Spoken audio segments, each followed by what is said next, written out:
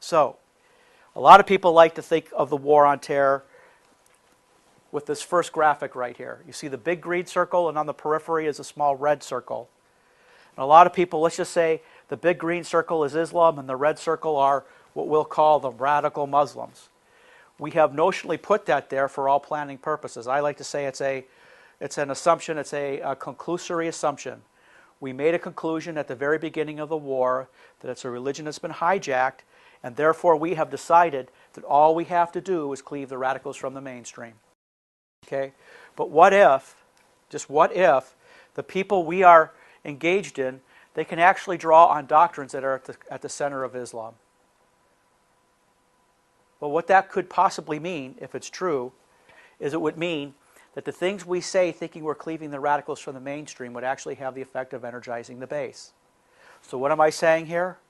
Where these two circles are in relation to each other is very important if we're going to get an understanding of the nature of this enemy. More importantly, where that threat doctrine is in relation to the core Islam is an issue of fact. It's an issue of fact that can only be determined by direct analysis of Islamic law. Why do I say that? I say that because the enemy we fight says they fight jihad according to Islamic law, in furtherance of Islamic law, and that is a fact. Now, for people here who might be cringing and saying, well, I don't believe they interpreted Islam right, I'll actually give that to you. Let's just assume, for the purpose of this discussion, that the enemy we're fighting in the war on terror, who's killing us in the name of Islam, is actually wrong about the Islam he's killing us because of it. Okay? He's still killing us about an understanding of Islam that, even if imperfect or wrong, is still one that comprises his or composes his threat doctrine, and he is still using it for the purpose of killing us. By the way, whether or not it is or is not correct, again, is an issue of fact. Because it is an issue of fact, it becomes an immediate question to be resolved in our threat analysis. In fact, it should be going into what we used to call the doctrinal template, where a factual analysis, an actual looking at Islamic law, actually mapping it to what the terrorists say, and actually seeing if there's a fit or not a fit. Because it could be. On the one hand, they say they fight jihad according to Islamic law and they're wrong, in which case that creates one course of action. They say they're fighting jihad according to Islamic law and they're right. That creates another course of action. And in the middle, you could have any number of intervening circumstances or situations. Now, what does that mean? How you fight this enemy largely depends on how he orients to Islamic law. And it will define the courses of actions that you define. So if you don't know what Islamic law is, then you have no capacity to orient all elements, kinetic and non-kinetic, on this threat. And so long as that's true, you are not threat-focused. And I think here's the thing. The enemy knows that. The American public increasingly knows that. Are you going to wait for people just to simply tell you they no longer believe you? Do you think maybe we're almost there? Start looking at the polling. So, as I go through this briefing and I say something about what we may or may not show to be a fit, remember, at no time do I have to prove this is really Islamic law to demonstrate that our intelligence analysis should have always included it. And any intelligence analysis that doesn't account for it is faux intelligence, because that is the explicit basis on which the people killing Americans say they're fighting us. And if you disagree with that, we don't have a reasonable disagreement. You're wrong. Okay? You're wrong as a matter of published Islamic law, which we'll waive, because we're basically telling you that we just have to prove that the enemy thinks that when they kill us. But you're also wrong because that's exactly what the enemy says he's doing. He says it every day. If you're going to say they have taken out of context, I want you to tell me exactly what it is they said that you said they have taken out of context. Because it seems to me that that never got beyond anything of much more than a talking point. So the question I ask oftentimes is I say, listen, you're free to disagree with anything you want to say in my presentations. I'm here to take these questions, but I ask that we maintain some professional standards. I try to show that the things I'm showing are relevant. They provide evidence of what is happening. A burden of proof is being met. So if somebody wants to disagree with what I'm doing, all I ask is they have a professional basis for it. On what factual basis are you disagreeing with this? Okay? Because someone will say, well, you're looking at that version of Islamic law, but there are a lot of versions of Islamic law. And my answer has been, and I've never failed, it's never not happened, I'll say, well, what version of Islamic law have you read? And you get the deer in the headlight look. Like, I've never read any Islamic law. And I said, well, how can you raise the point that there are competing versions of Islamic law if you've never read Islamic law? And therein lies the rub. You get that postmodern answer. The postmodern answer that says that because there is no truth, there are no facts. And everything is a matter of interpretation. Therefore, I, the person asking me the question, don't have to prove that there are competing views of Islamic law to argue that it's a matter of interpretation. I just have to postulate that there could be to raise the question. But you see, that's just simply not professional. And the very fact that I could go to school after school, I can brief senior staff after senior staff, and I will get that 100% of the time, should be telling us something. That maybe we have forgotten that facts are important. In fact, the smallest fact by the grubbiest PFC in the Army defeats the most elegant assumptions and presuppositions of the most senior military officer. And I'll tell you what, the grubbiest fact of the grubbiest PFC always beats the most erudite, most academically sound assumption and presupposition of senior leaders. Facts beat assumptions all the time. And I will argue that when your assumptions are used to suppress facts, that there should be something that would be equivalent in the legal community to obstruction of justice. Facts have their own weight. Assumptions have no weight, and they should never be allowed to compete with facts. More importantly, they shouldn't even be allowed to compete with facts. So, where do we get that? The postmodern narrative. So I think we should really take a look at this left Islamist alliance. It seems to be very real. So people say, Steve, what kind of Islamic law do you use? Well, as it happens, I've collected a pretty large library of Islamic law books. And what I'd like to point out for you before going into the basic answer is, back in the Cold War, we would read what the Soviets wanted us to read about what they were doing. But we always knew that what they wrote for us to read was always propaganda. And what we would do is we would look and see what they were actually doing by reading the books they're writing for their own officers. If we could collect it, what they were actually training on. We never organized our training or our mission plan on what they wanted us to think. We always oriented our mission on what we saw them doing. Not what they say, but what they do. And that's important, because if you decide that you went to Barnes & Noble and bought a book about Islam, I'm going to tell you, what would you think if your neurosurgeon, right before he was going to start operating on you, said, I just got a book at Barnes & Noble? You'd be saying, wait a second here, doctor. You're supposed to be reading those books I can't even pronounce. So if you're thinking that you want to stand up to discussions in a professional environment based on the Barnes & Noble standard, I would ask you to think about that. And if it is, and you're okay with that, can you really wear the mantle professional at all? Okay? Why am I saying this? Because for us to make an analysis of what Islam is or is not, I think we should be reading books written about Islam or written about Muslims that was written by Muslims for a Muslim audience. More importantly, I think that those people should be recognized in the Islamic community as people who are qualified or expertise to say that. So I could care less about any book you want to show me that was written by somebody with the last name of Smith or Jones who wanted to explain to you what Islam is. I care about what Professor, Syed Qutb was writing for Muslims that we could find in almost every Muslim Brotherhood-oriented mosque in Northern Virginia. Okay, that's what I care. I care about the books that we see are being used for training inside the Islamic community. I care about the books on Islamic law that are written by Islamic legal experts that are written for the benefit of a Muslim audience. And when you start reading them, and you come up to me and you say, well, Steve, if we read those books, we can't get up to this gooey, nice can't we all be friends, kumbaya Islam?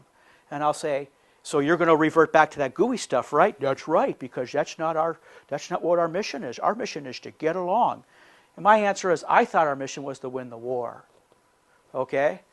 And I'll tell you what I mean by that. Our mission is to properly identify the people who represent or constitute threats based on what they're putting out. And if we read that Islamic law, and it cuts decisively in favor of the Muslim Brotherhood's narrative, not the narrative to you, the narrative they're teaching internally. And if those Islamic law books can be shown to be quoted by Al-Qaeda, and they are, okay, and we can show that there's a tight fit between what Al-Qaeda said, Islamic law said, and what Islamic law says, and there's a tight fit between that and what they did, then your decision not to orient on that is malpractice.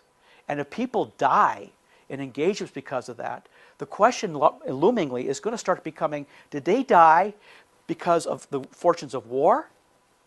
Or did they die because the politically correct path to take was to outsource our understanding of the nature of the threat to third parties and just pray that the house doesn't come down on your command, on your watch? So, what version of Islamic law do I use? I use stuff written by Muslims for a Muslim audience. So, what am I showing here? The book we like to use the most, the book I like to use the most is the one called Reliance of the Traveler. We have a series of backup books that one day this gets condemned, but the reason I like it is because it's a single volume. It's a single volume. It has been properly referenced and is deemed authoritative in the American community. Nuha Mim Keller translated it, and he wrote the commentaries. But if we take a look at the very beginning of the Reliance of the Traveler, here we see in Arabic and English that it's the International Institute of Islamic Thought that wrote and validated it. But it's not just that. It's Dr. Alwani who said that. And on his letterhead, he says he's not only the president of the International Institute of Islamic Thought, but he is also a member of the Fiqh Academy at Jeddah, Saudi Arabia. So, lightning flash. Connection between Muslim Brotherhood America and Saudi Arabia. Okay? And take a look. He's got a third title under his signature block. President of the Fiqh Council of North America. So, why is that important? Because if it's good enough for the Muslim Brotherhood in America, it's good enough for you. Okay? We don't have to prove it's right. We just have to prove the Muslim Brotherhood trains off of it. And in the event that they get rid of this book and come up with another one, you know, we have a little lag time. You're going to be, and oh, Steve, they said this is wrong. Just wait, and we'll find out what replaces it. We pretty much already have them, and they're all pretty much ready to go if we have to. They will say the same thing. So, here we have it. Okay? This has been approved by the Muslim Brotherhood. It was also, in English and Arabic, approved by the Syrian authorities, and I also believe the Jordanians. But I'd like to show you here the other authenticating authority is Al-Azhar. Al-Azhar is the most prestigious school of Islamic learning in the world. You could say it's Princeton, Harvard, Yale, Dartmouth, Oxford, Cambridge, ruled into 1 times 2. If you are someone who ends up being a student at Al-Azhar, you're in the cream of the crop. If you end up rolling over and teaching there, you're in the cream of the crop. So as you go around mouthing this rhetoric about how these itinerant Salafis are babbling incoherently about extreme Islam, you might want to think about the fact that the original founder of Al-Qaeda, Abdul Azzam, that he was a graduate of Al-Azhar University. You might want to consider that the number 2 man at Al-Qaeda, Ayman al-Zawahiri, I do believe his grandfather was rector of Al-Azhar University. And then take a look at other Muslim Brotherhood entities who also have prominent status. Why do I say this? Because if you're going to say that imams speaking to the Muslim community have taken their stuff out of context, I think you should at least be required to make a demonstration of proof that that's true. Because I find that even when there's disagreement with what they say, there's never disagreement about the fact that it is what it says. So, what does Al-Azhar say? We certify that the above-mentioned translation corresponds to the Arabic original and conforms to the practice and faith of the Orthodox Sunni community. There is no objection to printing it or circulating it. So the Muslim Brotherhood is okay with it, and the most prestigious Islamic school of learning is okay with it. So why are you finding it so hard to read this? Okay? So what does it say about jihad? Well, there it is. Book O, Justice, Section 9. And I like to point out, I show a picture of the book. I show a picture of the first page of the text, the first page of the book it comes with, Book O, Justice. And I show you Section 9. And what does it say? What does it say the legal definition of jihad is? Jihad means to wage war against non-Muslims and is etymologically derived from the word mahajada, signifying warfare to establish the religion, and it is the lesser jihad. It goes on and explains what the spiritual jihad is to make it clear that it is not a part of the legal definition of jihad. So let's take a look at this. This is a page. What does this page say? Well, it seems to be a quote. The stuff underlined in green is a quote from the Quran. And what does it say? He also said that the pinnacle of Islam is jihad in the way of Allah. Allah makes the greatest of works when he says, do you consider the giving of drink to the pilgrims or the maintenance of the sacred mosque equal to the service of those who believe in Allah and the last day and strive? Please note footnote 113. With might and main in the cause of Allah, they are not equal in the sight of Allah, and Allah guides not those who do wrong. Those who believe and emigrate and strive with might and main in Allah's cause, with their wealth and their lives, have the highest rank in the sight of Allah. Now this radical text is presuming to quote the Quran that says, for the point that Allah says that jihadis take higher priority over other Muslims and who is preferred. So where do you think I got that? Well, first of all, I'd like to point out there's the Quran. That's the page, and that is what it says, and it's Surah 9. Okay? But more importantly, what do we have for 113? The footnote. And what does the footnote say? The word Allah used in Arabic is wajahada fi sabilillah, meaning may jihad in the path of Allah. It is incorrect to translate the word jihad to mean striving, because jihad is a legal terminology with a specific meaning, and that is fighting in the path of Allah and the struggle therein. Translating the word jihad to mean striving is misleading, as it gives a meaning different to the intended meaning of the verse. So what are they saying? Yes, you're right. The original meaning of the word jihad is to strive. But what they're telling you is that Islamic law has redefined the term. And the redefinition of the term is warfare. And it's telling you this right here. So not only do we have the reliance of the traveler telling you that that's true, that single book of Islamic law, we have the Tarbiyah guide that's used to train 15-year-olds in America. This is the Tarbiyah guide, and was used for, the last instruction we have is July 8th to March 2009, and it's put up by Islamic Circle of North America. This was used for training in Chicago.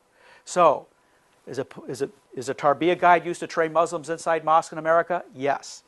Okay? Does it say that? It does. Do we have to account for that? Yes, we do.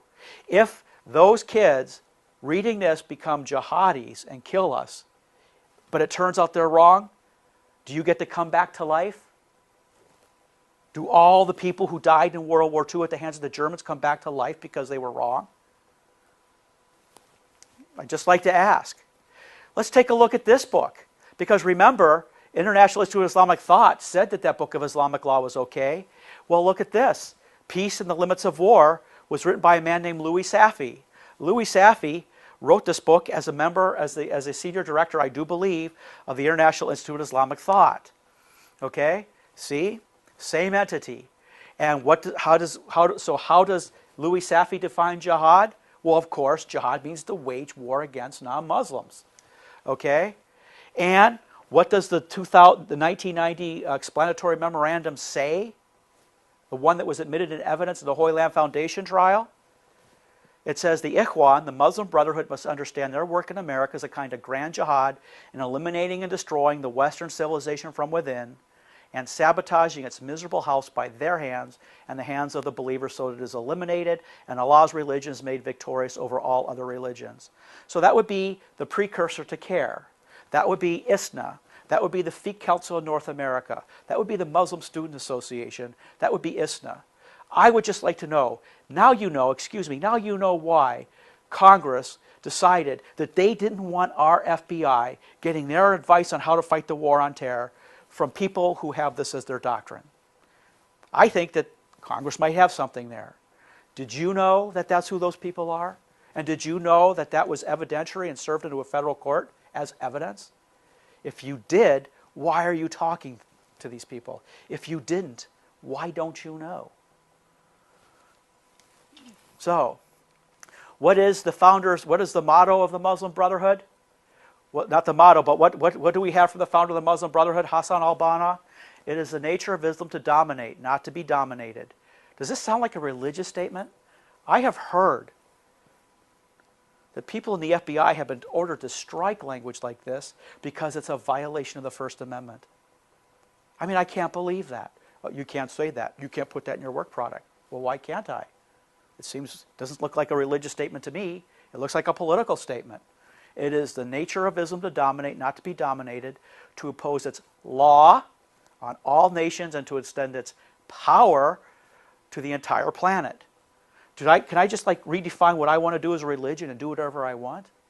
That's a political statement that should be analyzed politically. So here we take a look at Joint Pub 334 and look at how they look up the word insurgency. How does the Joint Pub define insurgency? The organized use of subversion and violence by a group or movement that seeks to overthrow or force change of a governing authority. It seems to me that we got this definition made. Now think about it. In that explanatory memorandum, the Muslim Brotherhood in America said that they were going to win by our hand. What they meant by that was they were going to get our seniors to destroy their systems and destroy their way of life and to undermine it. They were going to get their senior militaries to throw their subordinate officers on the track so as not to offend their friends. And now we're seeing that our friends are now not offended because American military officers were thrown onto the tracks. I just think, and by the way, where's the due diligence? Where's the due process? So, if that's the definition of insurgency and the people we're up against say that their mission is a grand jihad and limiting destroying America by our hands, that seems to me to fit that definition, especially when that group is on record as saying that they define jihad as warfare against non-Muslims to establish the religion. But if that's true, it would also fulfill the requirements of Title 18, Section 2385, advocating the overthrow of the government. That's important, because almost everything coming out of DHS, CRCL, Civil Rights, Civil Liberties, and everything coming out of the FBI lately is we have our core values. We have core values. It seems to me that our core values should be defending this country against those type of insurgencies. It seems to me our core values should be looking at Title 18, Section 2385, when we look at our friends helping us win the war. So, no matter where you get in the circle, that's what comes up. So to develop the threat doctrine, to develop a real threat doctrine, all you really ever need to know and to read are books like this. Okay? How about War on Peace and Law of Islam? That was written by a man named Kadori, I think in the 50s or 60s. How about a 7th grade school book for American Muslim kids, What Islam is All About? How about the Islamic Law of Nations, Shaibani CR, the original translation of the original book of Islamic Law of Jihad? How about the Hidayah? How about the Distinguished Jurist Primer, written by Ishaq? All these have been authoritatively translated into English. Why do you think I have it that you can get it on Amazon? The reason I have it so you can see it's on Amazon is because not knowing this is evidence of never even having looked. Not even looking. Okay? So I will tell you who's making the decisions on the war on terror. The people making decisions on the war on terror for the United States of America are the people who gave us the information we're making our decisions on. And you know what we know? We know it's not the people the Constitution gave the authority to do it. Okay? So, to protect and defend against all enemies, you must first undertake a reasonable effort to know all enemies. This enemy is an ongoing solar flare. They say who they are. They are jihadis. It is a fact that they are jihadis. Now, they may be bad jihadis or they may be good jihadis. But if we can't use the word jihad, we can't even read their doctrine. Okay? They say they're fighting jihad according to Islamic law in furtherance of Islamic law. That is a fact. As with the statement on jihad, if you disagree, you're wrong. You were wrong 1,400 years ago. You were wrong on September 10th, 2001. You were wrong on September 12th, 2001, and you're wrong now. Okay? You don't get to decide the facts that define who the enemy is. So, what is Islamic law? Well, I just like to bring this up because people are saying, I read something that they said, Steve Coughlin is making fun of people who don't agree with his understanding of Islam. And I don't care what anybody thinks about my version of Islam, because I don't care about your version of Islam. I care about what Islam is as it's defined by its own doctrinal writings. And I believe that should be the start point. And actually, that's all I've ever argued. So what is Islamic law? Well, it's the law of the land. Let's take a look at a few neutral countries. Here's Doi in his book Sharia, the Islamic Law. Let me stop here for a second and raise a point. You'll see that the titles of all these books say Islamic law. And they're being written in countries that recognize Islamic law as the law of the land. Okay? So even if you personally don't agree that Islamic law is the law of the land, all we have to do is show that the country you have troops in have put it into their constitution, and it becomes a fact that Islamic law is the law of the land, and it doesn't matter whether you disagree with it. In fact, your disagreeing with that is counterfactual. It is not true, and it matters. Okay? So, moderate, I think Malaysia. What does Doi say? He just recently died. Well, in the moderate Malaysia, he says, in the Sharia, there is an explicit emphasis on the fact that Allah is the lawgiver. It is because of this principle that the Ummah enjoys a derivative rule-making power and not an absolute law-creating prerogative. You see, democracy is ruled out here. Okay? The entire Muslim Ummah lives under the Sharia to which every member has to submit, with sovereignty belonging to Allah alone. Do you see that word Ummah? That's a word the DHS has told us we're not allowed to use. Okay? So let's take a look at Kamali. I think he's either Malaysian or Indonesian. Malaysian. Okay? And I think, what did he write in his book? The sovereignty in Islam is the prerogative of Almighty Allah alone.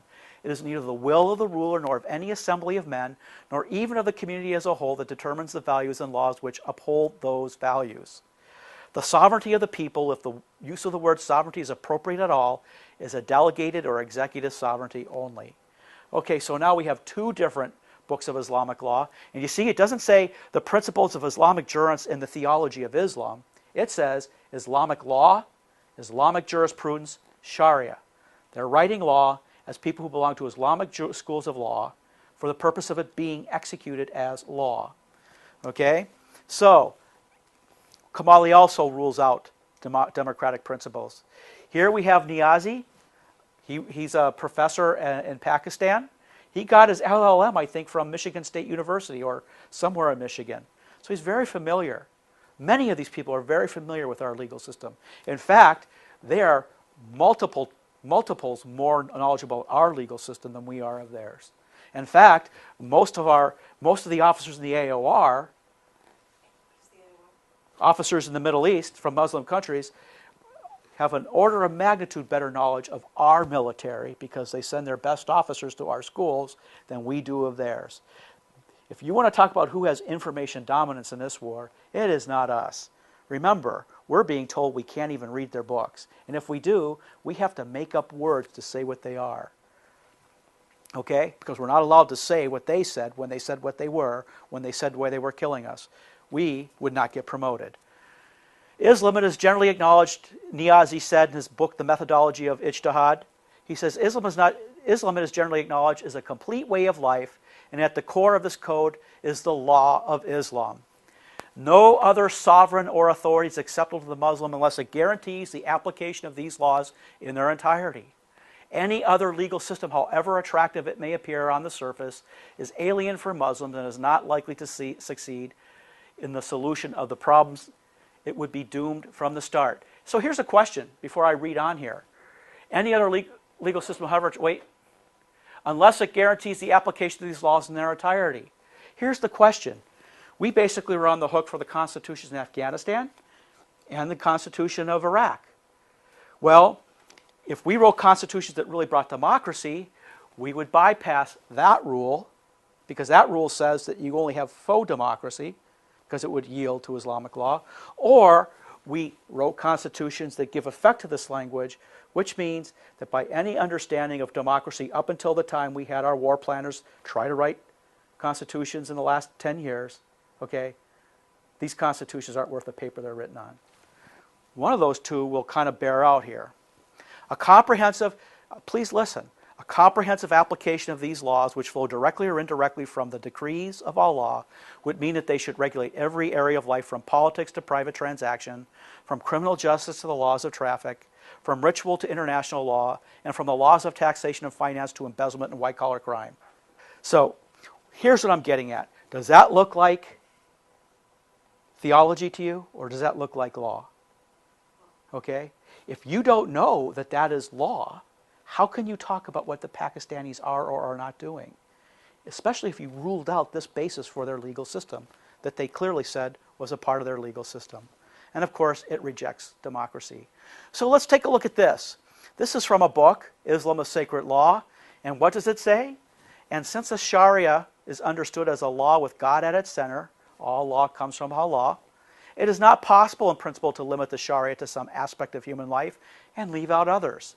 It goes on and says, it goes on to deal with the family or personal law, marriage, divorce, paternity, guardianship, and succession and inheritance. Then with the law of contracts, civil wrongs, criminal law, followed by the law of evidence and procedure. It even covers the rules of social etiquette, the Emily Post rules. The Sharia thus covers every field of law, public and private, national and international, together with enormous amounts of material that Westerners would not regard as law at all. Do you think I got this from Egypt? You think I got this from Saudi Arabia? No. This is Faisal Rauf, Imam Rauf, the Ground Zero Mosque person. Okay, Islam, a sacred law. So, does it matter that when we talk about these people and we know that they wrote books, what language is that? It's English. Every book I showed you was written in English. Okay? People will say, Steve, don't you know that only those who speak classical Arabic can understand the true meaning of Islam? And I'll say, well, I'll buy that. I'll buy that for the same reason I'll buy that only people who speak Russian can understand really what a Soviet op plan means, because it loses something in translation. But guess what? We still translated them, and if we got their plans ahead of time, we could still stop them. This idea that there's something so magical about Arabic that it transforms its meanings as it gets translated is silly. It's just silly. It also has basically elevated, when I was an enlisted person, I went to DLI to learn Russian. And you know what? Translators were at the bottom of the food chain. In fact, the people who failed out at DLI went on to the school to become analysts, and when you got done doing all your training as a linguist, you had to report to the analyst because he got promoted. Okay? How is it that in every other military situation we're in, we know that translators do not have some a priori or divine inspired knowledge that comes with speaking a foreign language? Okay? Why do we defer? And I mean, the higher up we go in the food chain, the more they will defer to somebody who, up until the time they were on their staff, was doing nothing more than driving a taxi, and all of a sudden this person has imparted knowledge that is so different that we have to rely on it. What am I saying? The 4 biggest countries in the Muslim world do not speak Arabic at all. They've been writing Islamic law in English for a very long time. Is the Arabic preferred? Absolutely it is. But for the what is it, 20%, only 20% of the Muslim world speaks Arabic at all? For the 80% who don't, they can read Islamic law in their language, and I've never heard anybody say they're less Muslims because of it. Good enough for them, good enough for you. By the way, the 4 biggest Muslim countries, Indonesia, Pakistan, India, and Malaysia. So let's take a look at this book, What Islam is All About, by Yahya Emmerich. This is a book that's used for 7th grade kids, 7th grade Muslim kids in America. It is written in English. What is taught there? Well, I always like to start with a quote that, you know, if it was just this, who would care? Okay? Muslims know that Allah is the supreme being in the universe, therefore His laws and commandments must form the basis for all human affairs. We could easily find any number of denominations say the same thing, non-Muslim denominations. And if it was just that, and that's what people are complaining about, we say, get over it. Okay? But it's not just that. Okay? It's also the basis of the legal and political system is the Sharia of Allah.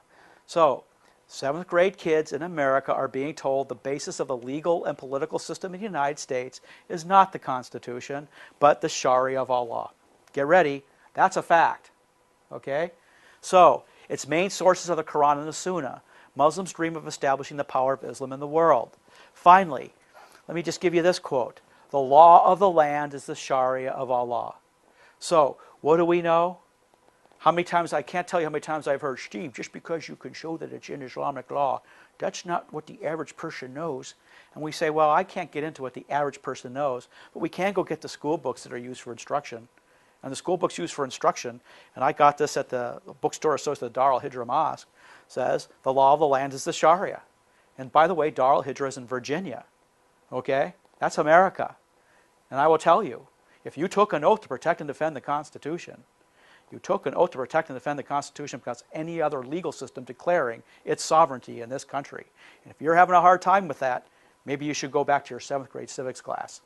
So, let's take a look at some constitutions. Let's take a look at the Iraqi Constitution. Section 1, Article 2. Islam is the official religion of the state and is a basic source of legislation. Fair enough. But then it goes on and says, no law can be passed that contradicts the undisputed rules of Islam. So what does that mean? Wherever there is Islamic law that is understood and recognized as Islamic law, it will supersede what is ever in the Constitution of Iraq. Okay? So when I was asked to write my analysis of the Iraqi Constitution in 2005 when I was in the Middle East, I said, you stop there. Everything else is just eyewash. Afghanistan. The religion of the state of the Islamic Republic of Afghanistan is the sacred religion of Islam. By the way, I'm not complaining that these countries state that Islam is their state religion. We're in the Middle East. The prevailing religion is Islam. There's no problem with that. The problem is with the follow-on language that makes a nullity of the democratic aspirations. No law can be contrary to the beliefs and provisions of the sacred religion of Islam. So you see, we did exactly what Niazi said in that book from Pakistan, that we made sure that when we wrote those constitutions, there would be nothing in those constitutions that would get in the way of Sharia law. So what do these constitutions do that we wrote? We instituted Sharia law. Think about this. We kept talking about sectarian strife in Iraq. Okay? We said, look at those terrible Shiites fighting those terrible Sunnis in this internecine sectarian war. And I had to point out that if you wrote a constitution that subordinates to Islamic law, you created the requirement that there be a civil war. Because 40% of the population that is Shia are oriented towards Shia Islamic law. And by the way, there are no ayatollahs in Sunni Islamic law. Okay? And 60%, in one way or the other, of the rest of the population is Sunni. And they orient on Sunni Islamic law. Okay? So what does it mean? That you wrote a constitution that says it subordinates to a higher power. It means those two players had to fight it out to see who would win. So it turns out that the Saudis were right when they said we're writing a Shiite constitution. Actually, it's really obvious that we did.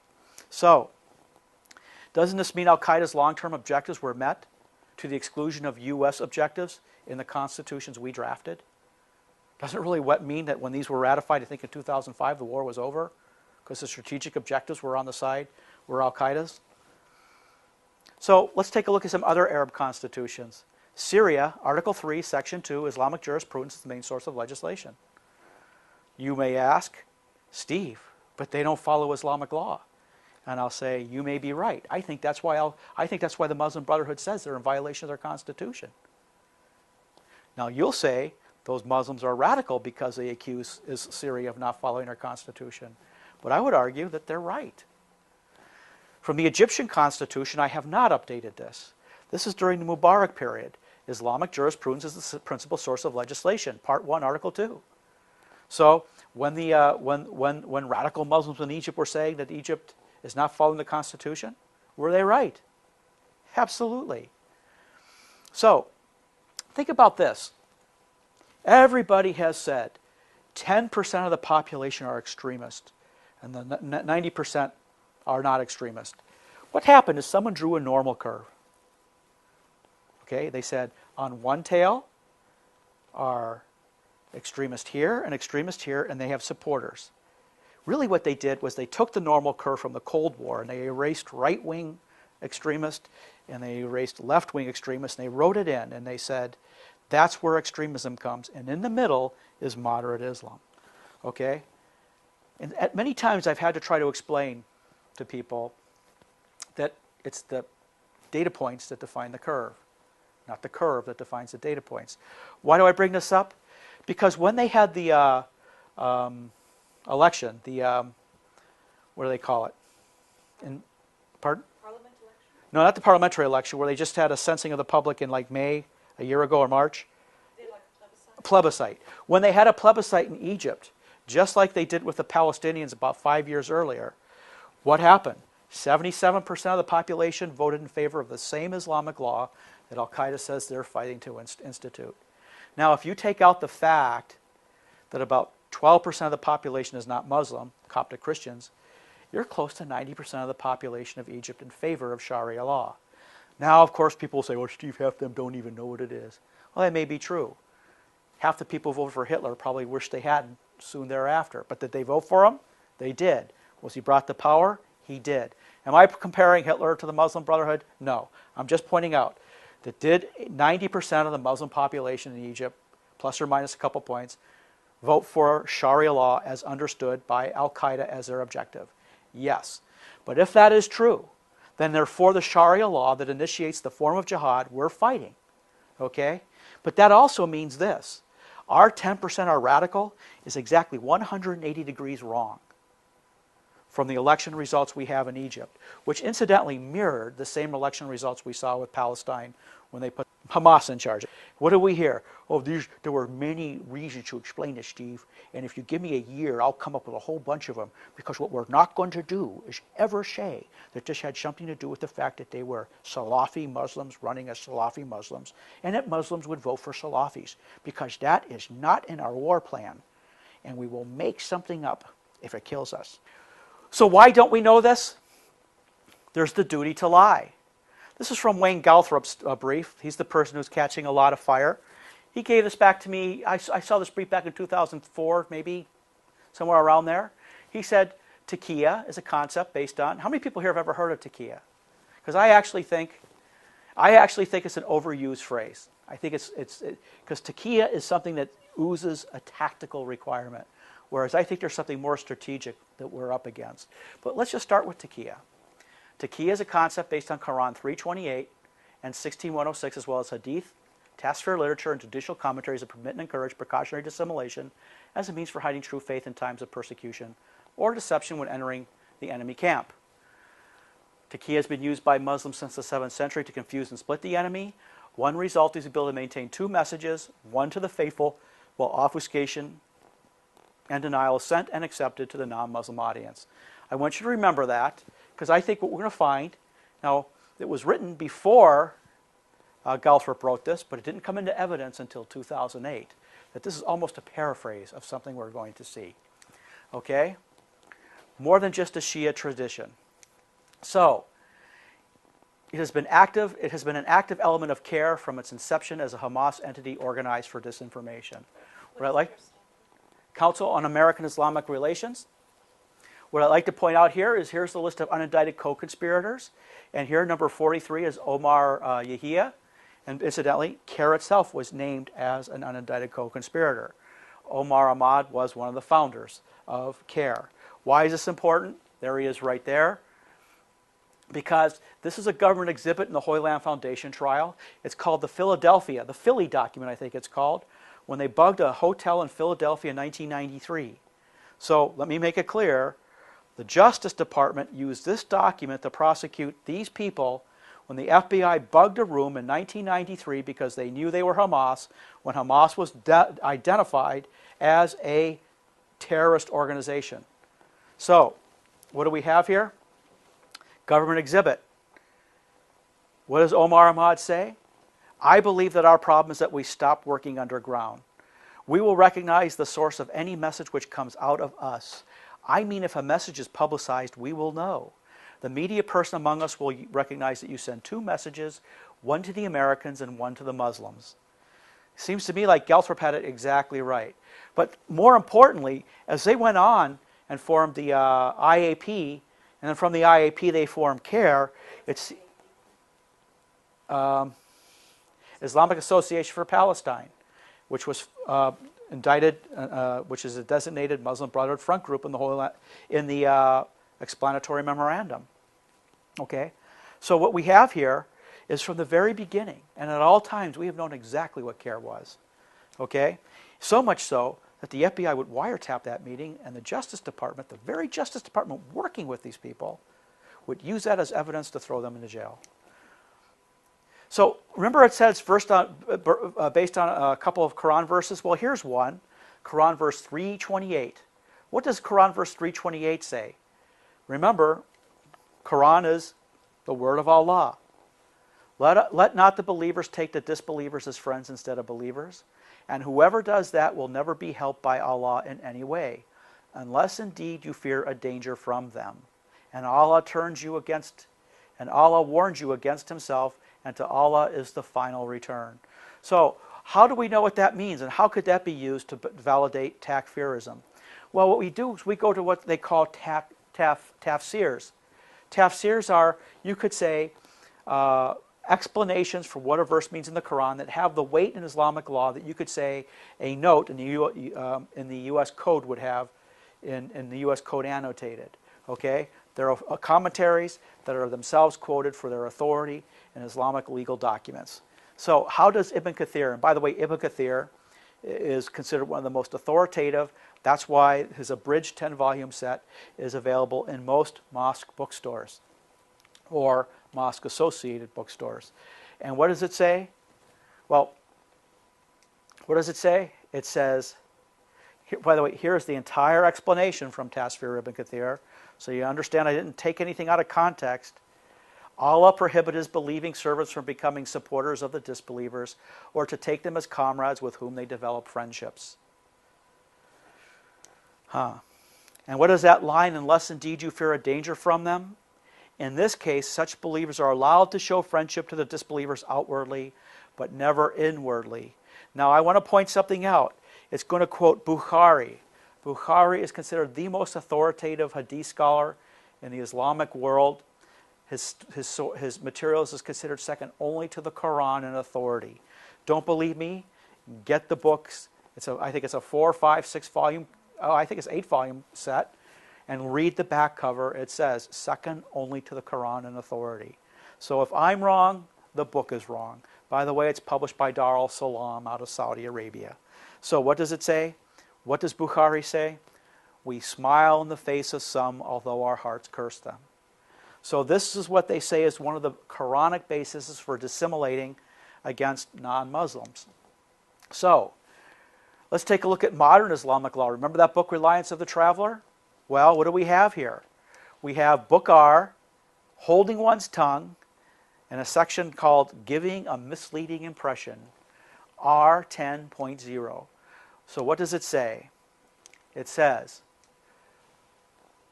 scholars, now let me make a point here. When Islamic law refers to scholars, in almost every situation they're talking about authorities, not professors. When they say a scholarly consensus, they don't mean the professors got together. They almost always mean mujahids, grand authorities, imams got together. These people are not, strictly speaking, academics. Scholars say there is no harm in giving a misleading impression if required by an interest countenanced by sacred law. So it seems to me that what we see here is a Islamic legal basis for misrepresenting, if Islamic law will allow it. Now you may be saying, I firmly don't believe that could possibly be true in Islamic law. And my answer is, am I quoting from a book we qualified as Islamic law? Yes. Are you going to theoretically protest that maybe it's a forgery? I'll give that to you. But if everybody reading that in the Muslim community in America reads it and don't know it's an authority, do they still feel they have a legal right to lie to me or mislead you? Yes.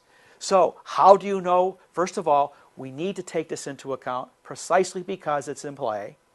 But secondly, we also need to find out whether we can drive this home. Not because it affects the fact that it's a part of the game, the threat doctrine, but to see what course of action we develop to defeat it. So you'll hear me keep coming back to that. Well, let's take a look at section R8, permissible lying. First of all, I'd like to point out that it relies on a man named Abu Hamid Ghazali. He's considered the most preeminent jurist in the history of Islamic law by many. And what does he say? Speaking is a means to achieve an objective. So, what else does he say? When it is possible to achieve such an aim by lying, but not by telling the truth, it is permissible to lie if attaining the goal is permissible, and obligatory to lie if the goal is obligatory.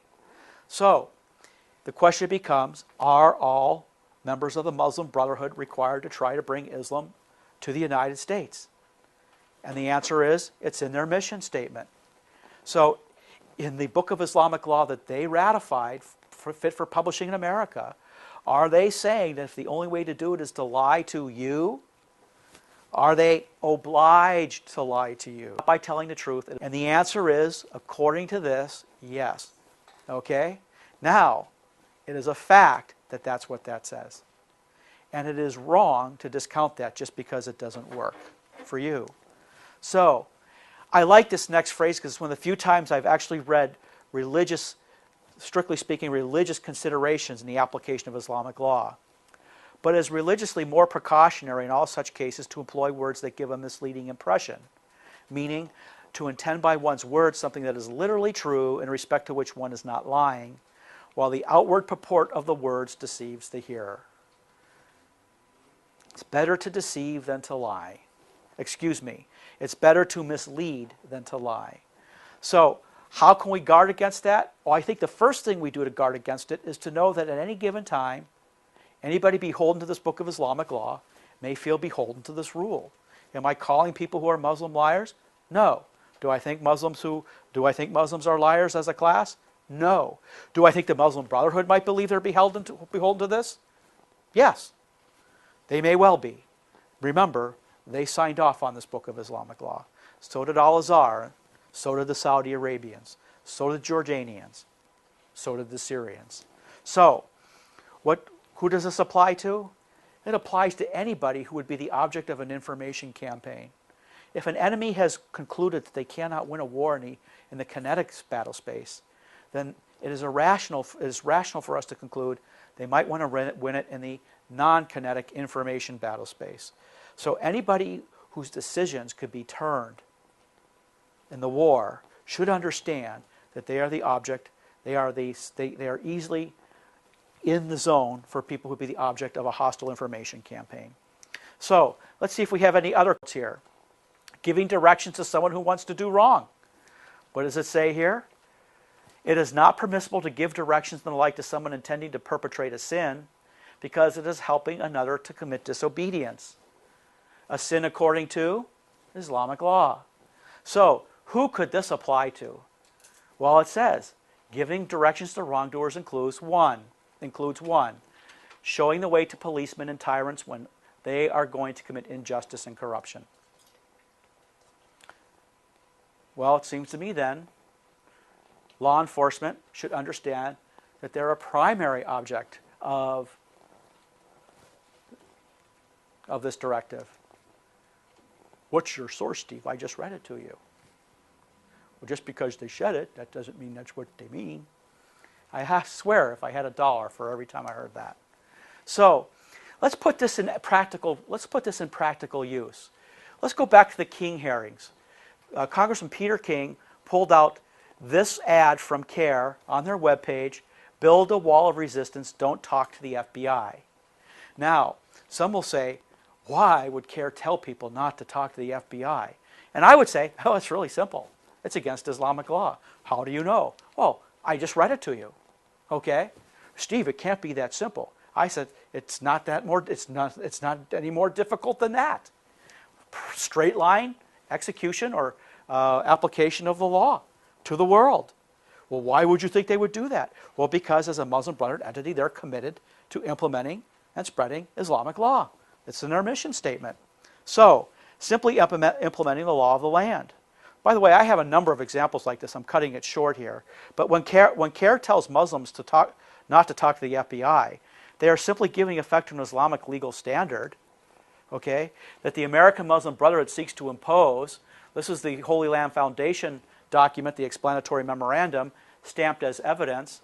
The general strategic goal of the group in America is, among others, establishing an effective and stable Islamic movement led by the Muslim Brotherhood, which adopts Muslim causes domestically and globally and supports the global Islamic State wherever it is. And that's the Muslim Brotherhood's internationals in their bylaws. Article 2. The Muslim Brotherhood is the international Muslim body which seeks to establish Allah's law in the land. Translated into English, it's the Muslim Brotherhood is the international Muslim body which seeks to establish the law of Islam in the land. What do we need? So here we have the Holy Land Foundation case because it was appealed, and I do believe this is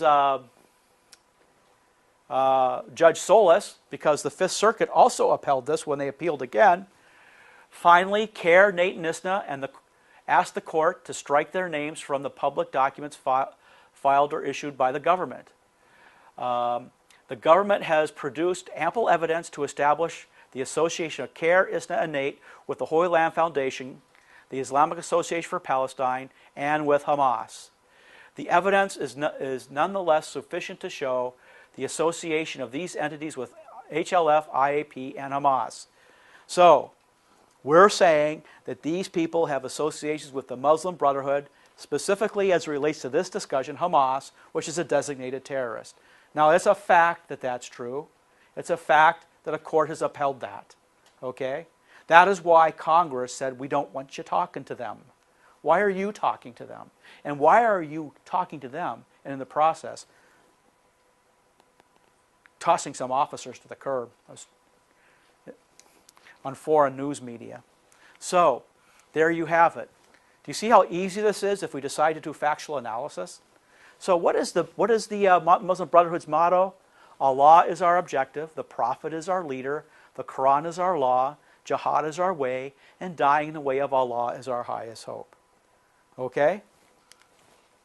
Actually, when you think about it, this is not hard and it's not complicated. What's hard is to say you want to understand them by not defining them and then get yourself mixed up in a whole lot of nonsense.